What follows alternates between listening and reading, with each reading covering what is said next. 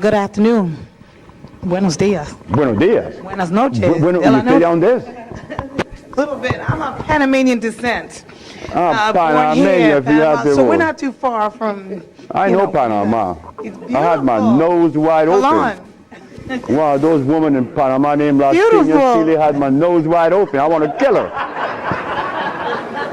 I was a merchant seaman, and I fell in love in Panama. Yeah, talk to me. Yeah, you're a Scorpio like me. Real quick question about childhood obesity, because I have a niece, and I'm noticing a lot of kids. They're very big, very young, and they have these black rings around their necks. So I just wanted to know, is there any kind of concoction you have with the herbs that we can utilize to help our kids in need? Because they're getting big, they're getting bigger, And bigger and they're bigger. getting breasts, and it's disgusting. So I would like a little advice. Well, I have 18 children, and about 12 of them had their mother's breast, and I'm one. I had my mother's breast until I was 4. But my daughter, with Matun, she sucked her mother's breast till she was 7. She's a grown woman now. She's running the business in LA. She never had any problem with obesity or anything, neither has her cousins, but she doesn't eat the things that are afforded to other children. In fact, my daughter had never been to school. And the first day she went to school, it was a disaster because the teacher made a big mistake. The teacher gave her an exam, a little test. Zave never been to school. She was 16 when she went to school. The son is in the audience. He went to school for the first time at 16 also. I didn't like my chin to go to school because I didn't go. Why should they go? So Zave went, and the teacher gave her this test where it says protein, deficit, or equity. My sister put deficit. No, my daughter put deficit. The teacher says, Zave, you never make mistakes. How come you make this one? My daughter said, oh, what mistake? You put protein as a deficit. Well, she said, would you agree that the human body is electrical? The teacher said, yes. Then would you agree that the body accepts and assimilates through the process of chemical affinity? He said, yes. Meaning that if the body is electrical, the food has to be electrical. Is protein electrical?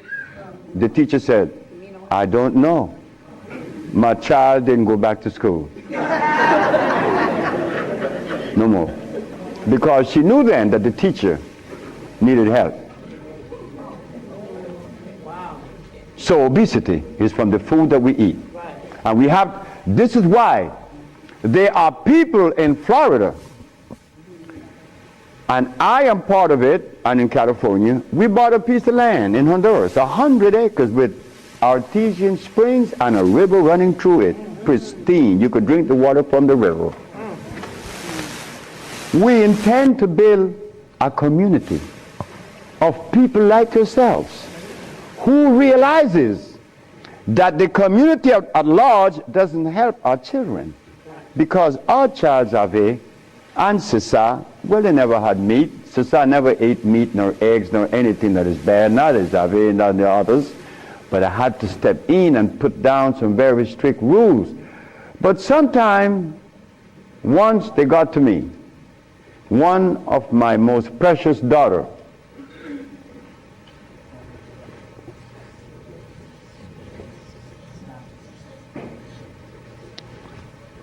this little girl was 4 years of age, and the neighbors said something to me that caused me to go into a state of revulsion. And I began to use some foul language because I was very angry. See, look, I'm a Sagittarius. My line is very thin. You scratch too deep, you can get violence. So, Usha used to go next door. And this neighbor used to give my child chicken. She had no respect for what I was doing in my house. And this is something that I see among us to the curse. And we said, Usha, I lost her. Usha was the only daughter that found a need to call me an SOB. But I understood that because I still love my daughter. But I know the effect of meat on your brain, blood. So obesity begins at home. But the mother's not to be blamed. We cannot blame anyone for anything. We all are in this pot, right?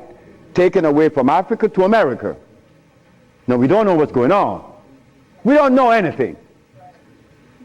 And we make mistakes without knowing it. So we have to stop. Yes, it begins at home. There's a book written by a brother named Ron Seaborn, the Children Health Food Book. Anyone here ever heard about the book? The Children Health Food Book. So one day, I was lecturing in LA, and I had the book in front of me, and the little girl saw it, and they said, Dr. Sebi, could you give us this book? I asked the parents, could you want me to give the book to you? Yes, here the book. They took it home. They read the book. The book made so much sense that when the daddy came home and the mother from work that Monday, the refrigerator was clean. Those 3 little girls took everything out the freezer, because it shows in progression what occurs around 60. You know, when you eat the stuff and wait. Oh yeah, talk to me now. They have to have a machine on their eyes.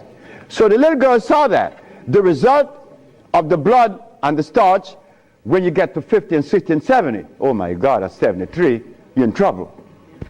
So they took everything out of the refrigerator. The mother and the father called me and said, you see what you did? You caused my daughters to die. But 3 months later, they came back and thanked me.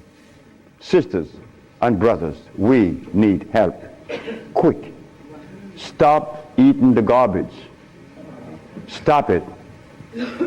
Anyone that offers you protein, carrots, tofu, you question their sanity. They're trying to poison you because they have been compromised, so they want to drag you down there with them. You tell them, you're crazy. Thank you.